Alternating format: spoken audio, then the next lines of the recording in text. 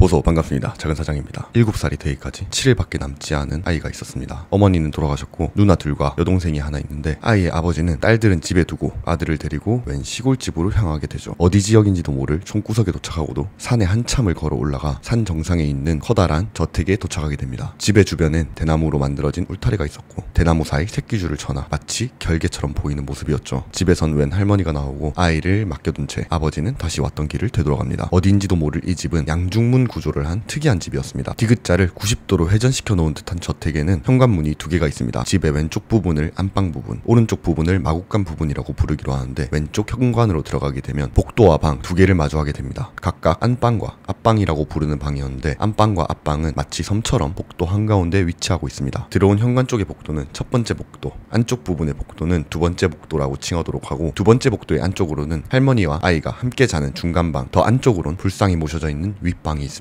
옆에는 가장 큰 공간인 거실이 있습니다. 거실 한가운데에는 화로가 놓여져 있는데 함께 밥을 먹는 장소죠. 윗방의 오른쪽으로는 창고, 주방이 있습니다. 주방은 앞서 말씀드린 마곡간 부분과 유일하게 절반씩 공간이 공유되고 있는 장소였습니다. 마곡간 부분을 살펴보겠습니다. 마곡간 부분은 문을 열자마자 토방, 즉 장판이나 마루가 깔려 있지 않은 흙바닥이었기 때문에 분위기부터 사뭇 달랐습니다. 현관의 오른편엔 마곡간이 있었고 안쪽으로 쭉 들어가면 팔각형의 큰 기둥과 옆에는 거실과 같이 화로가 준비되어 있었죠. 그 위로는 화장실 그리고 욕실이 존재했습니다. 집의 뒤쪽엔 어두컴컴한 숲이 자리 잡고 있었죠. 굉장히 비효율적인 구조를 가진 이 집에서 할머니는 아이에게 집에서 지켜야 할 7가지 규칙을 알려줍니다. 첫 번째, 오늘부터 7밤이 지나서 아이가 7살이 되는 당일까지 이 집에서 은거한다. 두 번째, 그 기간 동안 무슨 일이 있더라도 결코 울타리 밖으로 나가선 안 된다. 세 번째, 여기서는 자신의 본명을 절대 입 밖으로 내선 안 된다. 은거하는 동안에 아이의 이름은 도리스바사가 된다. 네 번째, 할머니에게 이름을 물어보면 안 된다. 할머니를 부를 땐 반드시 할아버지라고 부를 것. 다섯 번째, 이곳을 방문하는 사람은 한 명도 없지만 만약 발견하더라도 철저히 무시하고 절대 이야기를 나눠서는 안 된다. 여섯 번째, 은거하는 동안에는 결코 휘파람을 불어서는 안 된다. 특히 밤에는 주의할 것. 일곱 번째, 할머니와 이 집은 나를 도와주지만 어디까지나 도움만을 줄 수 있다. 모든 것은 아이의 언동으로 결정된다. 아이는 왜 이런 집에 온지도 모르는 상황에서 알 수 없는 7가지 규칙까지 따르게 됩니다. 별탈 없이 지내던 아이는 세 번째 날 집 뒤편의 숲에서 웬 또래 남자 아이를 발견하게 됩니다. 뽀얀 피부를 가지고 기모노를 입고 있는 남자 아이는 은거 중인 도리스바사에게 이름을 물어봅니다. 무심결에 이름을 말할 뻔했지만 할머니의 주의사항을 잘 기억해 도리스바사라는 이름을 알려주게 되죠. 스바사도 정체불명의 아이 이름을 듣지만 형용할 수 없는 이유로 아이의 이름을 기억하지도 말하지도 못합니다. 정체불명의 아이는 스바사에게 휘파람 불 수 있어? 라고 뜬금없는 질문을 했고 스바사는 이상하게 생각할 것도 없이 휘파람을 불어 보이려던 찰나 할머니와의 규칙을 다시 되새기고 휘파람을 못 부는 척 연기하며 얼버무렸습니다. 정체불명의 아이는 낙담하는 표정을 지었지만 그것도 잠시 같이 놀지 않을래? 라고 스바사에게 얘기했습니다. 스바사는 혼자서 집에 지내다 보니까 심심하던 찰나에 잘됐다 싶었지만 아이는 울타리 밖 그늘이 지지 않은 곳에서 놀자며 스바사를 울타리 밖으로 빼내려 했습니다. 울타리 밖으로 나가면 안 되는 규칙에 아이와 스바사는 결국 울타리를 사이에 두고 조약돌로 놀기 시작합니다. 하지만 자신이 날린 조약돌을 줍는 과정에서 스바사는 아이가 날린 조약돌을 주워 울타리 밖으로 건네주고 직접 팔을 뻗어 돌을 가져오지만 정체불명의 아이는 돌을 받기만 하는, 즉 스바사가 자연스럽게 울타리 너머로 손을 쭉 뻗는 모양새가 되며 노는 장소가 울타리 바깥쪽이 되어버린 것이었습니다. 또한 아이는 울타리 너머로 뻗은 스바사의 손을 이상하리만치 자주 건드렸습니다. 찝찝한 기분을 가지며 놀던 스바사는 할머니가 부르는 소리를 듣고 내일 또 놀자며 집으로 돌아갔고 아이는 숲속으로 쓱 사라졌습니다. 할머니에게 정체불명의 아이를 만났다 라는 얘기는 하지 않은 채 하루가 흐르고 네 번째 날 스바사는 아침밥을 먹자마자 아이를 만나기 위해 저택이 뒤쪽으로 향합니다. 그 아이는 기다렸다는 듯이 숲속에서 모습을 드러냈지만 아이는 대뜸 보여주고 싶은 곳이 있으니 숲으로 가자 라는 말을 합니다. 새끼줄을 넘어가선 안 되는 스바사가 고민하는 중에 아이는 계속해서 스바사를 유혹했지만 갑자기 할머니가 스바사를 부르며 달려왔죠. 스바사가 잠깐 할머니 소리 쪽을 향해 고개를 돌렸다 다시 앞을 향했지만 아이는 이미 사라진 채였습니다. 할머니는 집 밖에서 놀 때는 삿갓을 걸치고 있어야 한단다며 삿갓을 스바사에게 씌워줬죠. 그렇게 다시 할머니는 밭 일을 하러 떠나셨고 아이는 숲 쪽에서 모습을 드러냈습니다. 숲속에서 나온 아이는 혐오스러운 표정을 하며 스바사에게 그딴 걸 왜 쓰고 있냐, 그런 흉측한 것은 얼른 갖다 버려라 라는 둥 알 수 없는 적대감을 보였죠. 스바사는 아이와 함께 놀고 싶은 마음에 삿갓을 벗어 등에 걸친 상태로 아이와 놀며 오전을 보냈습니다. 낮이 되고 점심을 드신 할머니가 윗방에서 작은 칼을 주시며 이 칼은 스바사의 부적이다, 집 밖에 나갈 때는 반드시 몸에 지녀야 한다며 삿갓에 이은 새로운 아이템을 주셨습니다. 할머니는 스바사의 기모노도 새로 갈아입힌 후 칼을 보자기에 잘 싸서 어깨에 걸치듯이 매게 했습니다. 새롭게 단장한 스바사를 본 아이의 표정은 더욱 험상궂게 변했습니다. 아이는 억지로 혐오감을 참아내는 듯한 표정을 하며 우리 집에 놀러오지 않을래? 라고 했습니다. 친구의 집으로 초대받았다는 기분이 든 스바사는 신났지만 울타리를 벗어나야 한다는 걱정에 우물쭈물하고 있던 있던 찰나 아이가 부적도 있는데 괜찮지 않겠어? 라며 스바사를 안심시킵니다. 스바사는 그 말에 공감하며 울타리를 벗어나자마자 엄청난 공포를 느끼며 울타리를 벗어난 걸 후회하게 됩니다. 곧바로 돌아가려고 뒤돌아서자 아이는 어느새 울타리와 스바사 사이에 서 있었죠. 반강제적으로 숲속으로 들어가게 된 스바사, 길이 어딘지도 모르는 채 앞장서고 있던 스바사 등 뒤에 있던 아이가 뭔가 불편하다는 걸 눈치챕니다. 등에 매달려 있는 삭각과 칼 때문이었을까요? 아이는 역시 안 되겠어 라며 항복하듯 앞장서게 되죠. 스바사는 풀숲을 헤치며 가던 중 등 뒤에 삭갓이 없어졌다는 것을 알게 됩니다. 나뭇가지에 걸려 사라진 건가? 라고 생각하며 걱정됐지만 아직 칼이라는 부적이 남아있었기에 괜찮다고 생각했죠. 그렇게 한참을 걸은 둘 앞에는 아무것도 없는 공간에 도착하게 됩니다. 분명 울창한 풀숲이었는데 기묘하게 그 공간만큼은 젓갈색의 원형의 흙바닥만 존재하는 이상한 공간이었죠. 그리고 그 앞으로는 이끼에 뒤덮인 돌계단이 아래로 향해 뻗어 있었습니다. 내려가고 싶지 않다 라고 생각한 스바사. 하지만 뒤에서 아주 기뻐하는 아이의 목소리가 들렸습니다. 둘 다 잃어버렸구나. 스바사는 어느새 작은 칼까지 사라진 사실을 깨닫게 됩니다. 아이의 눈동자는 파충류 같은 눈동자로 박힌 채 스바사를 빤히 응시하다가 스바사의 가슴을 떠밀고 스바사는 계단 쪽으로 굴러 떨어지게 됩니다. 아프다 라는 생각을 한 것도 잠시. 스바사를 민 아이는 계단을 내려오지 않고 두 무릎을 꿇은 채 기모노를 밀친 손바닥이 화상을 입은 것처럼 새빨개져 고통스러워하고 있는 모습을 보게 됩니다. 스바사는 이 기회가 아니면 도망칠 수 없겠다 라고 생각하여 단숨에 계단을 타고 올라가 숲을 향해 뛰었죠. 죽기 살기로 도망쳐온 스바사는 간신히 울타리 안으로 들어올 수 있었지만 마치 목덜미 뒤에서 말하는 듯한 놀러갈게 라는 목소리는 이게 끝이 아니다 라는 걸 알 수 있었습니다. 옷이 많이 더러워져 마법관 부분의 현관으로 들어간 스바사는 뒤에서 뭔가 떨어지는 소리를 듣게 됩니다. 숲속을 도망치던 때에 붙은 듯한 한 나뭇가지는 마치 사람의 형태처럼 보였고 슬픈 예감은 틀리지 않았듯이 신묘한 힘을 가진 기모노와 다르게 평범한 옷이었던 기모노의 옷띠에 달라붙어 정체불명의 아이가 울타리 안으로 침입해 버린 것이었습니다. 그 사실을 먼저 알아차린 할머니는 저것들이 들어와 버렸다 라며 토방 쪽은 들어가지도 쳐다보지도 말라고 합니다. 앞으로 3일만 지나면 은거가 끝나고 저것들도 사라질 것이라며 스바사를 안심시키는 할머니. 하지만 상황은 나빠져만 갔습니다. 토방에만 존재하던 저것들은 어느새 욕실과 화장실에도 들어와 버렸고 다음날 아침엔 창고와 주방까지 침입한 상황이었죠. 6일째 저녁이 되던 밤엔 거실과 윗방까지 모두 장악당해 버리죠. 최후의 7일째 날 밤 중간방까지 침식당해 버리고 마지막 밤을 보내기 전 할머니는 안방 문틈 부적을 붙이고 안방 한가운데 이불을 깔고 모기장 같은 것을 쳤습니다. 날이 밝을 때까진 무슨 일이 있어도 모기장 밖으로 나오지 말아라 라는 말을 하시곤 중간방 방향 쪽을 향한 채 염주를 손에 들고 불경을 조용히 읊었습니다. 공포에 질려 떠는 것도 지쳐 어느새 잠들었던 스바사는 눈을 뜨자마자 느꼈습니다. 저것들의 휘파람 소리와 꿈틀거리는 기운은 앞방과 복도마저 모두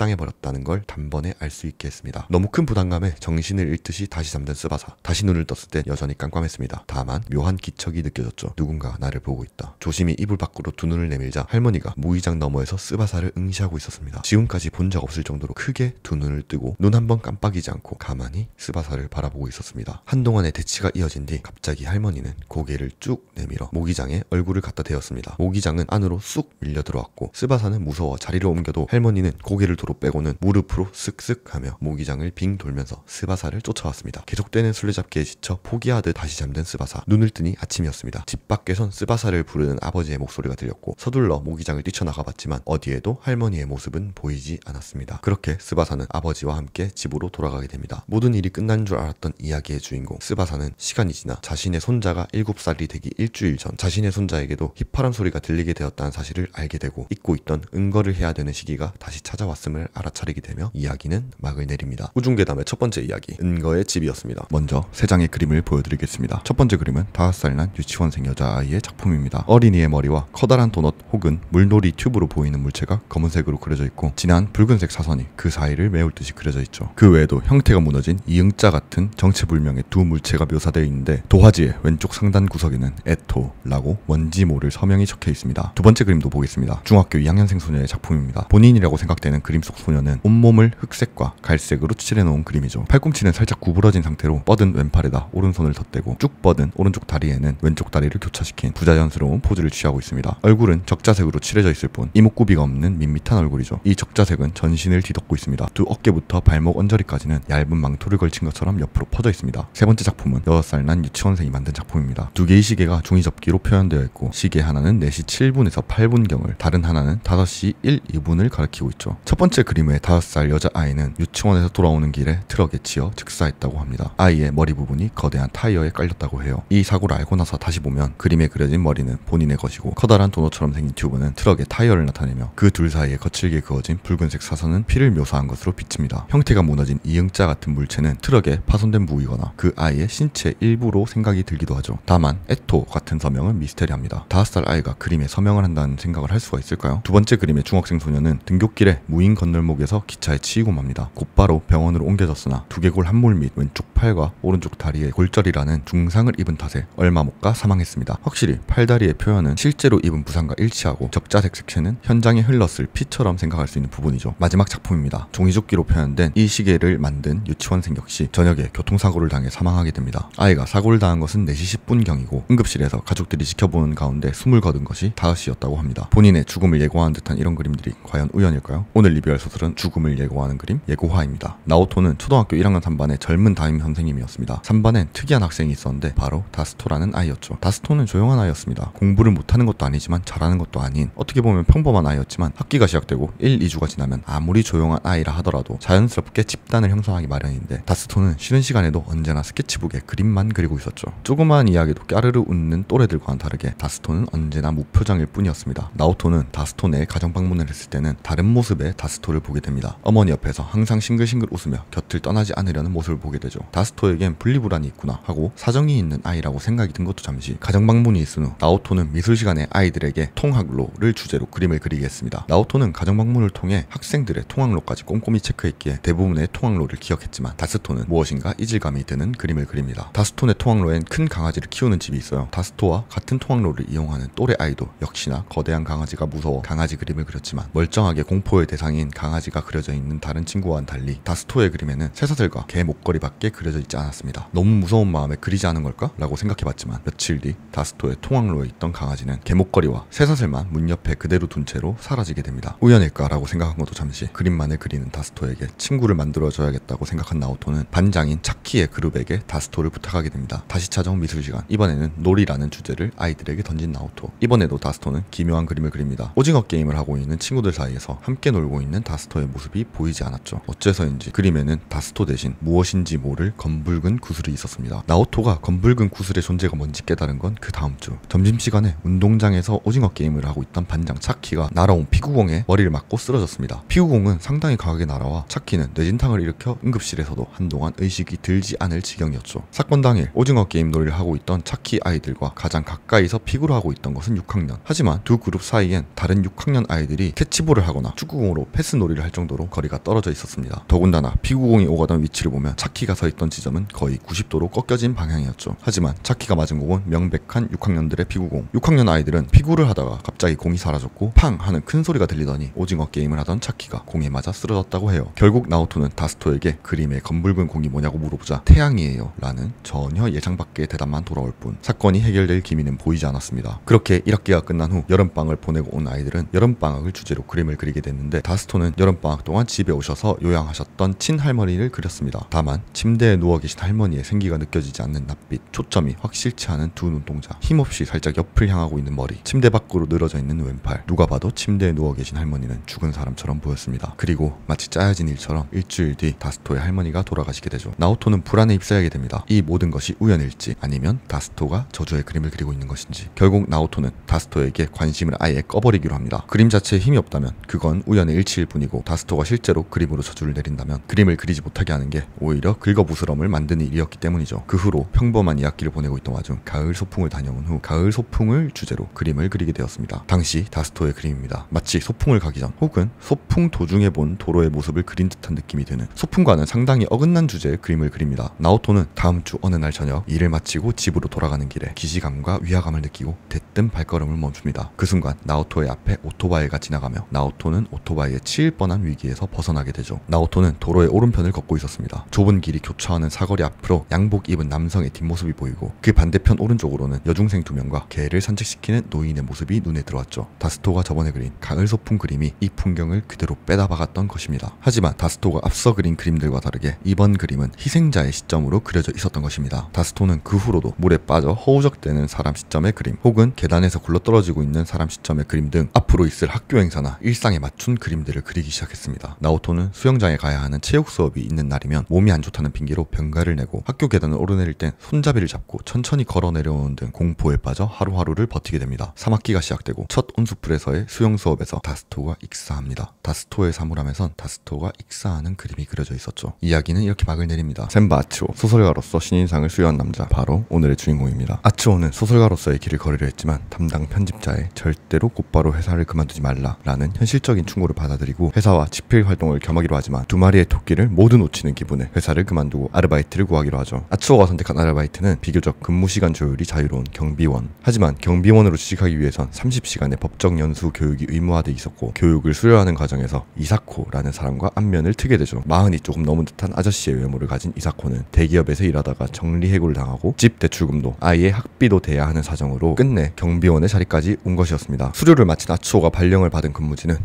외진 시골 마을에 있는 신흥 종교단체 광배회. 여기서 내린 아츠오는 먼저 근무하고 있던 50대 전후의 선배 경비원 가마다를 만납니다. 그리고 둘의 앞에 자동차 한 대가 서더니 나마세라는 사람이 내려 자기소개를 시작합니다. 광배회에서 홍보를 담당하는 나마세입니다. 잘 부탁드립니다. 근무지로 이동하는 차는 더욱더 깊은 산속으로 향했습니다. 도착한 곳엔 산과는 전혀 어울리지 않는 두 건물, 광배회의 본부 및 집회소가 있었습니다. 하지만 그보다 더 기묘한 건 뒤로 쭉 뻗어있는 10개원이라는 이름의 정체 모를 장소. 마치 현대미술조각품들을 잔뜩 전시해둔 듯한 10개원은 서쪽에서 동쪽으로 길쭉하게 뻗어있는 이름 그대로 10개의 구획을 지닌 공원 같은 장소였습니다. 서쪽 끝부터 순서대로 육도세계의 지옥계, 악이계, 축생계, 수라계, 인간계, 천계가 있고 이어서 사성의 세계인 성문계, 연각계, 보살계, 불계가 있었습니다. 나마세는 광배회 신자들은 10개원을 산책하며 자신의 내면과 마주하는 체험을 하게 된다며 알 수 없는 설명을 하고 떠나가 버리죠. 10개의 구획엔 각자 이해하지 못할 오브제가 배치되어 있었는데 가장 눈에 먼저 들어오는 건 단연 눈앞에 보이는 지옥계. 지옥계는 가장 괴로움이 큰 세계입니다. 살생, 분노, 악업으로 인해 태어난다고 하죠. 불교적 의미로는 심리적 고통의 극치를 나타냅니다. 지옥계의 오브제는 높고 긴 두 개의 벽이 마주보고 우뚝 서 있습니다. 벽 안쪽에는 새빨갛고 무수한 검은 구멍이 뚫려 있는데 두 벽 사이의 폭은 어른 한 명이 겨우 지나갈 수 있을 정도였습니다. 하지만 아츠오는 자신이 근무하게 될 제2 경비실이 동쪽 끝에 있다는 사실을 알게 되고 10개원의 오브제 따위는 신경도 쓰이지 않게 되죠. 작은 가건물로 세워져 있는 제2 경비실은 제1 경비실이 있는 본부 건물과는 걸어서 10여 분이 걸리는 꽤나 깨림칙한 장소였습니다. 아츠오 갈 일은 20시부터 시작해서 2시간마다 10개원을 순찰하는 일, 하룻밤에 5번 10개원을 순찰하게 되고 새벽 5시까지 총 9시간을 일하게 됩니다. 20시의 순찰은 가는 길에 대신해주겠다는 가마다씨,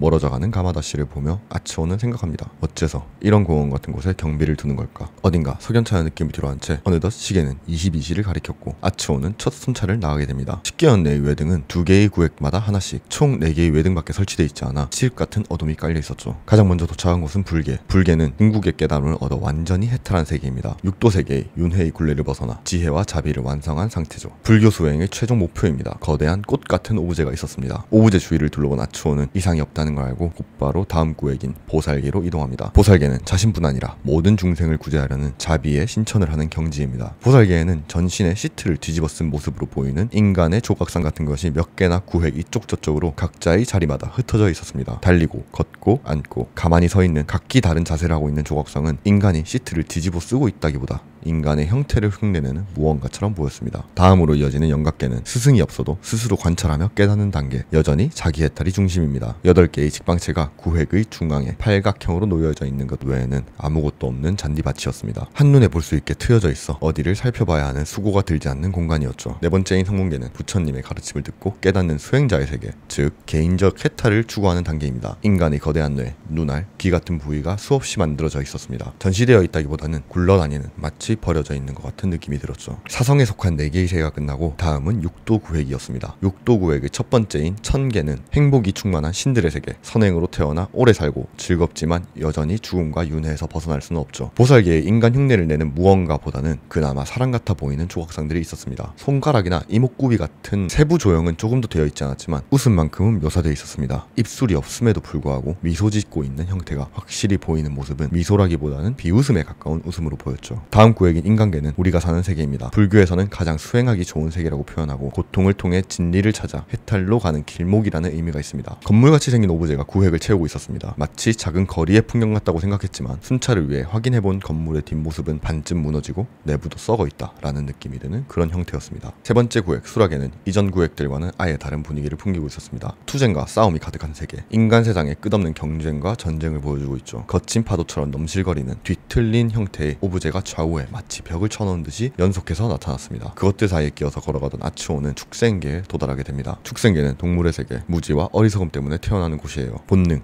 이익만을 쫓는 삶을 비유적으로 뜻합니다. 주위의 파도 같은 오브제는 소용돌이나 기하학적 모양 혹은 반점 같은 것으로 바뀌어서 날카로운 파도에서 느껴진 위협과는 달리 상당히 혼란스러운 감정을 느꼈죠. 양쪽의 오브제는 벽처럼 이어지고 있었기에 넘어가는 것은 불가능했습니다. 갇힌 듯한 느낌을 받으며 빠져나와 아츠오가 도착한 곳은 아기계. 아기계는 항상 굶주리고 목마른 세계, 욕심과 탐욕이 가해져 태어나요. 결코 채워지지 않는 굶주림의 상징이라고 합니다. 입구의 5단 정도 되는 계단을 오르면 다리가 뻗어 있었습니다. 다리 아래로 호수나 연못이 있는 건 아니었고 다른 구획과 같은 잔디밭이었지만 다리는 이리저리 나뉘며 복잡하게 퍼져 있었고 잘못된 방향으로 향하면 막다른 길이 나오는 미로 같은 공간이었죠. 어두운 밤이다 보니 전체적인 구획을 볼 수 없어 손전등에만 의지하며 길을 헤매던 아츠오는 간신히 아기계의 다리를 통과해 마지막 구획인 지옥계에 도착합니다. 10m 가까이 되는 벽 사이를 지나며 순찰하고 시계를 본 아츠오. 어느덧 40분이라는 시간이 흘러 있었습니다. 식경원은 천천히 둘러봐도 10분이 채 걸리지 않을 정도지만 꼼꼼히 순찰한 탓에 생각과는 다르게 시간이 많이 흘러버렸죠. 지옥계를 돌아 다시 제2 경비실에 들어가려는 순간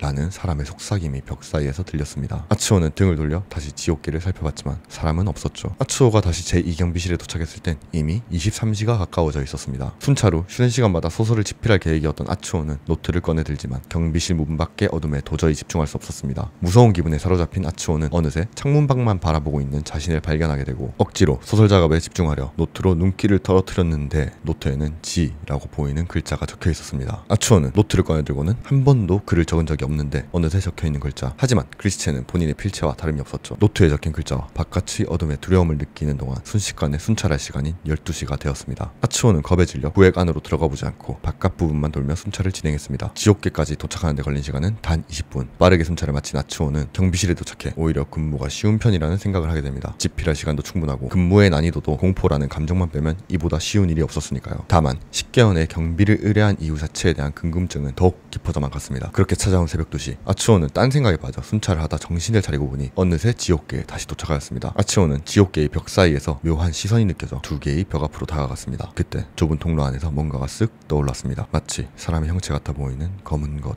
앞으로 두세 걸음만 더 가면 상대의 모습을 제대로 볼 수 있을 듯 하지만 아츠오는 그 자리에서 얼어 조금도 움직일 수 없었습니다. 그때 검은 것이 아츠오 쪽으로 다가오기 시작했습니다. 아츠오는 모습을 확인할 틈도 없이 뒤돌아 달리기 시작했죠. 간신히 벽 사이를 빠져나온 아츠오는 다시 벽 쪽으로 불빛을 비췄지만 그곳엔 텅 빈 공간뿐이었습니다. 방금 본 것이 침입자라고 생각한 아츠오는 제1경비실을 향해 손전등을 깜빡여 가마다를 호출하죠. 방금 있었던 일을 가마다에게 보고하니 그냥 쫓아버리기만 하면 돼 라는 도움 안 되는 말만 하였기에 아츠오는 제2경비실로 돌아가 놀란 가슴을 진정시키고 집필에 전념하였습니다. 어느덧 마지막 순찰 시간인 새벽 4시, 미로 같은 다리로 이루어진 아기계의 절반쯤 다다랐을 때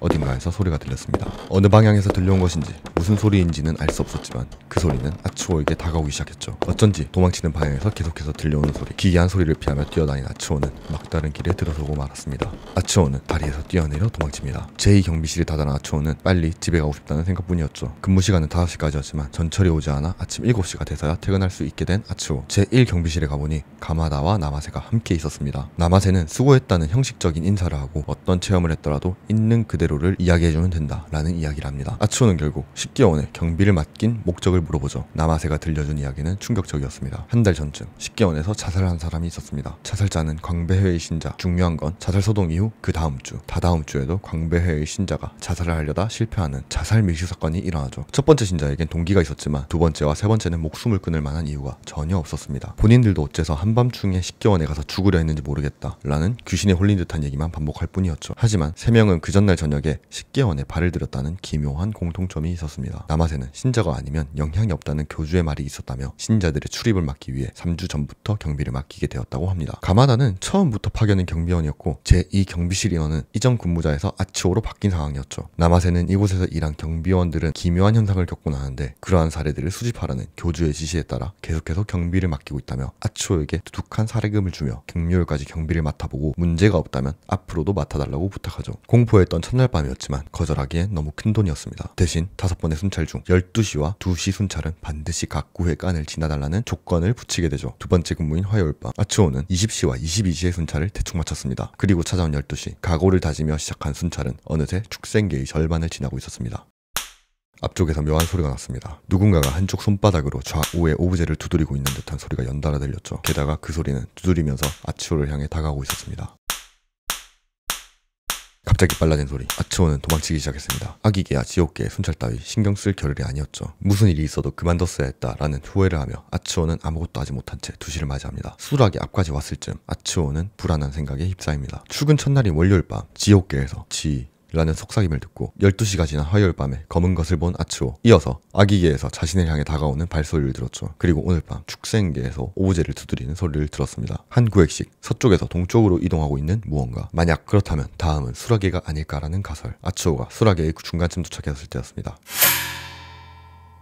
정체 모를 기괴한 소리가 오브제를 손톱으로 긁는 소리라는 걸 깨닫게 되자 아츠오는 즉시 제2경비실로 도망쳤고 식계원에서 일어난 사건 그리고 자신과 같이 제2경비실에서 근무했을 경비원도 같은 끝을 맞이했는지 온갖 불길한 생각에 휩싸이죠. 기절한 듯이 잠든 아츠오는 새벽 4시 순찰도 빼먹은 채 아침 7시가 되어 나마세에게 개연상을 보고하고 또다시 사례금을 받자 역시 그만두겠습니다 라는 말은 꺼낼 수가 없었습니다. 사흘째인 수요일 밤 12시 거리에 풍경을 둔 인간계의 지점에 멈춰선 아츠오. 병원처럼 생긴 건물 위에서 쑥 하고 검은 것이 고개를 내밀었습니다. 무의식적으로 손전등을 그쪽으로 비췄지만 이미 사라진 상태. 그러자 이번에는 바로 옆에 있는 건물 측면에서 쓱 하고 올라온 검은 얼굴. 아츠오는 당장 제2경비실로 달려와 패닉에 빠지고 말았죠. 다음 차례인 새벽 2시 순찰에 나갈 땐 아츠오는 공포에 질려 뛰다시피 구획들을 둘러보았습니다. 하지만 지금까지 구획에서는 구획 중간 부분에서 개현상을 겪었는데 1000개의 중간 부분까지 와도 아무런 현상이 일어나지 않았습니다. 위화감을 느낀 아츠오는 뭔가 이상하다 생각하며 주위를 둘러보았습니다. 방금 전까지 조각상이 없었던 장소에 그것이 서 있다 라는 걸 느낀 순간 아츠오는 다시 달리기 시작했죠. 하지만 그것은 앞지르듯 이동하며 구획의 어딘가를 통해 밖으로 나가려 해도 가는 앞길마다 서 있었습니다. 그만해, 부탁이니까 이제 그만해 라고 중얼거리며 1000개 안을 뛰어다니는 아츠오는 어떻게 제2경비실로 도착했는지 기억조차 하지 못했죠. 나마세에게 괴현상을 보고한 뒤 당장 그만둔다고 얘기하였습니다. 하지만 나마세가 간절히 부탁하는 바람에 아츠오도 마지막 날인 금요일은 12시 순찰만 하겠다 라는 조건을 걸었습니다. 나흘째인 목요일 밤 12시 괴현상이 나올 차례인 성문계에 발을 들인 뒤로는 한껏 긴장한 상태인 아츠오.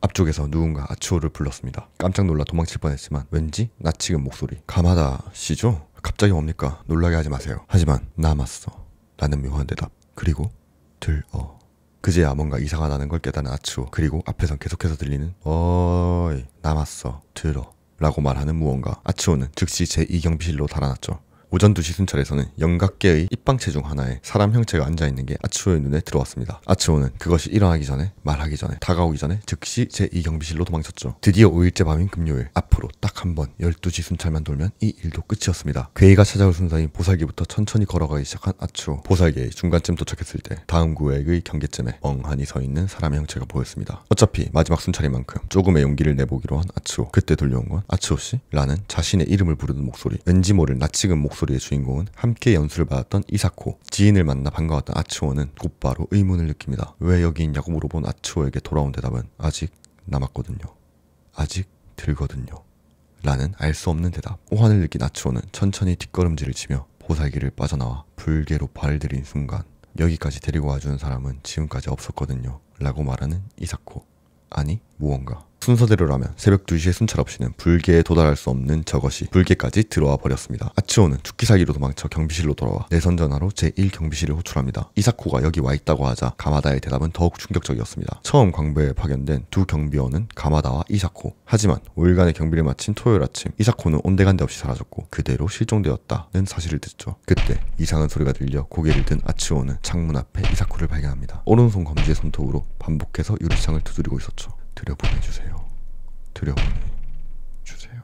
침대 속 이불로 숨어 기절해버린 아츠오를 토요일 아침 7시 나마세와 가마다가 발견하게 되고 마지막 근무가 끝나게 됩니다. 소설 우중괴담의 세 번째 이야기, 모 시설의 야간 경비였습니다. 마스오는 한적한 시골 마을에서 책 표지 디자인을 하는 직업을 가졌습니다. 바로 오늘의 주인공이죠. 평소 마을의 작은 정자에서 교정지를 읽는 걸 즐기던 마스오. 정자는 사람들이 있는 경우는 극히 드물고 간혹 하얀 길고양이만 지나다닐 뿐이었죠. 어느 날 웬 할아버지가 정자에 앉아있는 걸 보게 됩니다. 마스오는 말도 걸지 않았지만 잠시 후 비가 올 것 같아서 잠깐 앉아있는 중이라면서 먼저 말을 꺼내는 할아버지. 교정지를 집중해서 읽어야 하는데 혹여나 말동무가 될까봐 건성으로 대답하는 마스오입니다. 할아버지가 말동무 상대를 찾아 계속 정자를 찾아오는 일이 생길까봐 다시 돌아갈까라고 생각했던 것도 잠시 빗방울이 투두둑 떨어지기 시작했습니다. 할아버지는 계속해서 혼자 말씀하시곤 했고 건성으로 대답하던 마스오는 벼랑간 흥미를 느낍니다. 할아버지가 꺼낸 가족 이야기는 마스오의 가족 구성원과 똑같았던 것이었습니다. 마스오는 사정이 있어 잠깐 따로 나와 있지만 본가에는 아버지, 나이 차이가 나는 누나, 마스오의 아내, 늦둥이 딸, 총 5명의 가족 구성원을 이루고 있었는데 할아버지의 가족도 미혼인 장녀와 장남부부 그리고 딸까지. 우연히 일하기엔 특이한 느낌을 받아 마스오는 노인의 이야기에 집중하기 시작했습니다. 자네, 옛날 얘기는 좋아하나? 할아버지가 말했습니다. 마스오는 옛날 이야기에서 왠지 모를 불가사의한 내용이 포함되어 있을 것 같아 뭔가 무서운 이야기라도 있습니까? 하며 눈을 반짝였죠. 그렇게 시작된 노인의 이야기. 할아버지가 어린 시절에 겪은 70년 이상도 더 된 이야기였습니다. 아이 할아버지는 사냥꾼이었습니다. 동료 사냥꾼인 도모씨와 함께 둘이서 산에 들어가는 게 보통이었지만 어느 날 할아버지는 혼자 산에 들어가셨고 산신님은 부정한 것을 싫어하며 부정한 시기에 산을 오르면 다치거나 그대로 돌아오지 못하게 된다고 하는데 도모씨네 부인이 전날에 애를 낳아버린 것이었습니다. 애를 낳았을 경우에는 산욕기가 지날 때까지도 부정한 시기로 여겨져 도모씨는 산에 올라가지 못하게 됐는데 할아버지는 할머니가 뜯어 말렸는데도 결국엔 혼자서 산에 올라가 버린 것이었습니다. 할아버지는 산에 급하게 올라가셔서 도시락도 막탄도 놔두고 가셨습니다. 막탄은 오랜 쇠솥으로 만든 총알인데 사냥꾼이 평생에 딱 한 번 자기 몸을 지키기 위해 사용하는 총알을 말한다고 해요. 막탄을 쏜다는 건 그 순간 사냥꾼을 그만둔다는 의미가 있는 부적 같은 총알이었습니다. 도시락이야 그렇다 쳐도 사냥꾼에게 필수품이라 여겨지는 막탄까지 잊으신 걸 보고는 무언가에 홀려서 산에 들어가셨구나 라는 걸 알아챈 할머니와 아이는 도시락과 막탄을 챙겨 산속 사냥꾼의 휴식터인 오두막을 향해 출발합니다. 오두막에 도착하기 전 먼저 들린 곳은 산신님의 사당. 산에 들어가기 전 산신님의 사당에 공물을 바쳐야 하는데 할아버지가 마침 공물이 없다는 걸 깨닫고 아이는 더욱 마음이 급해집니다. 자신의 몫으로 쌓은 도시락을 공물로 바치고 더욱 빠른 걸음으로 오두막으로 이동하죠. 발걸음을 옮기던 와중 숲풀에서 웬 하얀 고양이 한 마리가 나옵니다. 아이는 들고양이가 원래 산에 있나? 라는 뭔지 모를 오싹함과 할아버지가 말씀하신 산신님 사당에 참배를 한 뒤에 평소와 다른 것을 보았다면 곧바로 산에서 내려가라 라는 충고가 떠올라 무서움을 느꼈지만 아랑곳하지 않고 다시 산을 오르기 시작했죠. 맑았던 하늘은 어느새 비가 올 듯 우중충해졌고 오두막에 도착한 직후 비가 쏟아져 내렸습니다. 할아버지를 위해 화로에 불을 피우고 주전자에 물을 끓여놓고 쉬고 있던 아이. 그때 혼자니? 하는 요염한 목소리가 들려왔습니다. 출입구에 매달린 발 오른편은 살짝 걷혀 있었고 그곳으로 하얀 얼굴이 보였습니다. 웬 젊은 여자는 숙군의 부인이나 딸이라 하기에도 여행자라고 하기에도 정체가 의심스러운 인물이었습니다. 들어가도 되니? 라고 묻는 여자. 아이는 저것을 드리고 싶지 않았습니다. 하지만 정하기 어려운 저것의 목소리에 좋아요 라고 대답해버리고 말죠. 하지만 여자는 조금도 들어오지 않고 불을 꺼주겠니? 라고 또 다른 부탁을 합니다. 화로에 불을 꺼달라는 여자. 오두막의 안보다 밖이 훨씬 추운데도 불을 꺼달라는 이상한 언행에 아이는 불이 켜져 있으면 저 여자는 들어올 수 없구나 라고 생각하고 고개를 저었죠. 그러자 여자는 어머 똑똑하구나 하며 즐거운 듯이 킥킥 소리를 내며 웃었습니다. 이렇게 똑똑한 아이라면 우리 아이들과 놀아줬으면 좋겠다는 여자. 그 말을 들은 아이는 혹시 여자가 산신님이 아닐까 생각합니다. 아이의 할아버지는 산신님이 여자라고 말한 적이 있었습니다. 산신님은 여자를 싫어하고 남자를 좋아한다. 산신님께는 아이가 많다라는 이야기를 기억한 아이는 아이들이 어디 있냐고 묻죠. 고모리산이란다. 고모리산은 마을 외곽에 있는 아주 흉한 산이었습니다. 아무도 발을 들이지 않는 산이었죠. 산신님이 그런 흉한 산에 있을 리 없다 생각한 아이. 그때 여자는 갑자기 웃음소리를 내고 미소를 지으며 말했습니다. 불이 꺼질 것 같네. 여자가 계속해서 말을 거는 동안 불을 신경 쓰지 못했고 어느새 불은 꺼지기 일부 직전이었죠. 오두막 입구의 발은 어느새 절반 이상 올라간 상태였고 여자가 정면을 향해 훗 하고 바람을 불자 화로의 불은 완전히 꺼져버렸습니다. 그러자 이제와는 완전 딴판인 천박한 웃음소리가 오두막 안을 가득 채웠죠. 그런 뒤에 발이 획 젖혀지고 저것이 오두막 안으로 들어오려는 찰나 쾅 하고 울리는 소리가 들리자 발은 바닥으로 내려오고 쥐 죽은 듯 조용해졌습니다. 할아버지께서 저것에게 총을 쏜 것이었죠. 숨통을 끊지 못했어 라며 분해하시는 할아버지. 할아버지는 아이를 데리고 산을 내려온 후 당분간 근신해야 한다며 도모씨의 사정에도 산에 올라가지 않았습니다. 그로부터 한 달 뒤 할아버지가 실종됩니다. 도모씨와 사냥꾼 동료의 수습 끝에 산속 오두막에서 할아버지를 발견할 수 있었죠. 할아버지는 막탄이 장전된 엽총을 든 채 숨이 끊어져 있었습니다. 입 주변은 피투성이었고 혀가 뽑혀 있었죠. 이렇게 할아버지의 옛날 이야기는 끝이 났습니다. 이틀이 지난 후 마을 마을 주민이 몰려 소란을 피우고 있었습니다. 초등학교 1학년인 마키가 실종되었다는 것, 경찰이 출동해 대규모 수색이 이뤄지고 다음날 아침 옆마을의 도도산 기슭에 멍하니 서 있는 아이를 발견합니다. 아이는 친구와 헤어지고 집에 돌아가는 길에 누군가 자기를 부른 일만 기억했죠. 하지만 어른인지 아이인지 젊은 사람인지 노인인지 무슨 말을 들었는지 어떻게 이동했는지는 조금도 기억하지 못했습니다. 이 소동으로부터 3주 정도 지나 마스오는 여느 때와 같이 정자로 향했습니다. 비가 쏟아질 것 같은 하늘을 보며 정자에 다다르자 7, 8살 정도 돼 보이는 여자애가 정자에 앉아 있었습니다. 아이는 마스오를 한참 응시하더니 이야기를 할 때까지 돌아가면 안 된대요 라는 묘한 소리를 했죠. 여기서 할아버지한테 산 이야기를 들었죠. 그래서 다음에는 내 차례예요 라는 말을 듣고는 할아버지의 말을 듣고 온 아이구나 라고 생각하고 여자아이의 이야기를 듣게 되는 마스오. 그와 동시에 빗방울이 톡톡 떨어지기 시작합니다. 밖에서 놀던 여자아이는 해가 지기 시작해 함께 놀던 친구들을 집에 데려와 그림자 놀이를 하기 시작합니다. 하지만 그림자 놀이를 할 수 있는 곳은 아빠가 주무시는 방. 아빠는 선생님이었습니다. 학교에서 숙직을 하고 몸이 안 좋아져 주무시던 중이었죠. 그때 아빠가 잠에서 깨어 아빠와 함께 그림자 놀이를 시작합니다. 옆방에서 장지문에 비치는 그림자를 무슨 그림자인지 제대로 맞히는 사람이 이기는 놀이인데 아빠의 그림자 놀이는 수준급이었습니다. 다만 이상한 데서 고집을 부렸죠. 솔잎을 수염처럼 꾸며 고양이를 만든 아빠. 아이와 친구들은 고양이라고 정답을 말했더니 아니라고 합니다. 그럼 정답이 뭐냐고 묻자 정답은 하얀 고양이야 라고 억지를 부리는 아빠. 그림자 놀이가 끝나고 친구들을 밖까지 바래다 주고 온 아이는 아빠의 그림자를 발견합니다. 방바닥에 앉아 두 손을 펼쳐 머리 옆에 댄 모습 마치 토끼 같았습니다. 아이는 토끼라고 했는데 아빠는 아니다 라고 답하죠. 그러면 고양이, 아니 하얀 고양이 라고 하자 하하하하 하는 뭔가 억지로 웃는 듯한 웃음소리가 아이를 기분 나쁘게 만들죠. 아빠 이상하게 웃지 마요 라고 말하며 문을 연 아이. 아이는 원래대로 돌아간 이부자리 안에서 주무시는 아버지를 발견합니다. 아이의 이야기는 이렇게 끝이 납니다. 마스오는 묘한 찜찜함을 느꼈습니다. 3일이 지난 뒤 마스오의 사무실 맞은편에 있는 집에 구급차가 도착해 있었습니다. 다락에 올라가기 위한 부착식 계단이 갑자기 머리 위로 떨어졌고 집의 남편이 머리가 깨졌다고 하죠. 하지만 이외로 남편은 경상이었다는 이야기도 들을 수 있었습니다. 시간이 지난 뒤 마스오는 늘 가던 정자로 발걸음 향합니다. 누군가 정자에 앉아있어 발걸음을 돌리려던 찰나 어이 하고 마스오를 부릅니다. 목소리의 주인공은 정자에서 만난 할아버지의 아들이자 여자아이의 아버지. 남자는 고개를 숙이며 폐를 끼쳐서 죄송하다는 인사를 하였습니다. 마스오는 여자아이가 하셨던 이야기를 기억하며 몸의 안부를 묻게 됩니다. 저는 초등학교 교사입니다. 이슬비가 부슬부슬 내리기 시작했고 남자의 이야기가 자연스레 시작됐죠. 학교는 목조 3층 건물로 숙직실 뒤편에는 작은 산이 붙어있는데 낮에도 음산한 기운이 느껴진다고 합니다. 보통은 밤 9시와 12시 두 번의 순찰을 한 뒤 그 두 번의 순찰에서 이상이 있었을 경우에는 새벽 3시에도 순찰을 한 번 더 한다고 해요. 순찰할 때는 각 층을 완전히 한 바퀴 돌 필요가 있는데 나이 든 교사 중에는 술을 마시고 숙직실 밖으로 단 한 번도 나가지 않는 사람도 있다고 하죠. 남자는 젊은 교사로 책임감이 강해 고지식하게 정해진 대로 순찰을 돌았습니다. 사건 당일 밤 9시 순찰을 돌기 전 딸아이의 감기 기운에 걱정이 돼 집에 전화를 했지만 아무도 받지 않습니다. 딸의 건강이 좋지 않아 모두가 집에 있을 텐데 아무도 전화를 받지 않는 건 이상했죠. 몇 번의 전화 후 겨우 연결된 전화는 감기에 걸린 딸이 받았습니다. 딸의 목소리에 안심했지만 바로 이상한 생각이 들어서 엄마는 어디 갔니? 라고 물었더니 잠깐 이라는 이상한 반응을 하는 딸. 뭐야 잠깐이라니. 할아버지나 고모한테 전화 좀 바꿔볼래? 그러나 딸의 대답은 역시나 마찬가지였습니다. 잠깐. 그런 뒤에 갑자기 나는 이제 괜찮아 라고 말하고 전화를 뚝 끊어버렸습니다. 괜찮겠지 라고 생각한 남자는 순찰을 돌기 시작합니다. 1층 순찰을 마치고 계단을 통해 2층으로 올라간 순간 1층 계단 모퉁이에서 새하얀 뭔가가 쓱 하고 움직였습니다. 당황한 남자는 1층으로 다시 뛰어내려갔지만 연기처럼 사라진 무언가. 잘못 본 건가 하고 2층 순찰을 마친 뒤 3층 순찰을 시작한 남자에게 하얀 무언가는 다시 모습을 드러냈습니다. 남자는 오히려 하얀 무언가에 뒤쫓기고 있다는 느낌을 받으며 숙직실로 돌아오게 되죠. 숙직실의 문을 연 남자는 숙직실에 있을 정체 모를 사람에 깜짝 놀라지만 이내 아내였다는 사실에 안심하죠. 아무리 전화를 해도 받지 않아서 학교로 찾아왔다는 아내. 오히려 안 받은 쪽은 집이 아니냐고 되묻자 이웃집 아이가 실종되어서 딸을 놔두고 온 가족이 찾는 걸 거들어준다고 집을 비웠다고 합니다. 아이는 찾았지만 발견된 장소는 무매숲이라고 하는 들어가서는 안 되는 숲. 숲 주변은 출입을 금지하는 것처럼 철책으로 둘러쳐 놓여져 있었고 숲에 들어가면 실종이 된다든지 덤불 속에서 흙투성이에 작은 손이 쑥 나와 이리 와 하고 손짓을 한다는 등 괴담이 잔뜩 있는 숲이었죠. 무매숲에서 아이가 우는 소리를 듣고 술에 취한 회사원 2명이 술김에 숲에 들어갔다가 아이를 발견했다고 합니다. 다행이라고 생각한 남자. 아내는 기왕 학교에 온 김에 숙직실에서 함께 밤을 보내자며 로맨틱한 분위기를 만듭니다. 간만에 느낀 설렘에 12시 순찰에 넘기기로 하고 아내가 이부자리를 준비하고 옷을 벗어 먼저 이불로 들어갔죠. 남자도 뒷다리라는 순간 전화벨이 울렸습니다. 어쩔 수 없이 전화를 받자 수화기에서 들려온 건 아내의 목소리.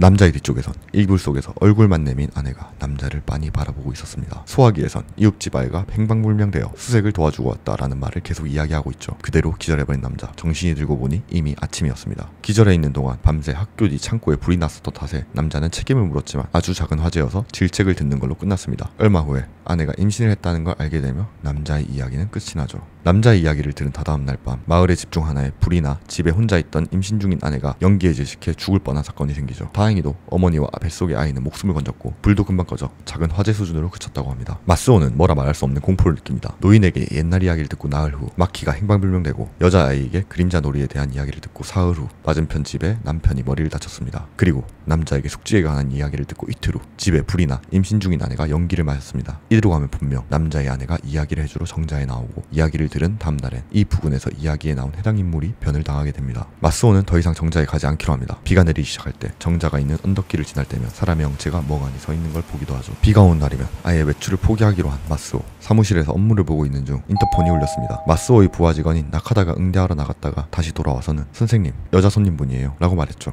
이름은? 이라고 대묻자 어쩐지 늘 손님 작대에 능숙한 나카다가 손님의 이름을 기억도 못하는 걸 보고 마스오는 소름이 돋습니다. 그 가족의 네 번째가 왔어.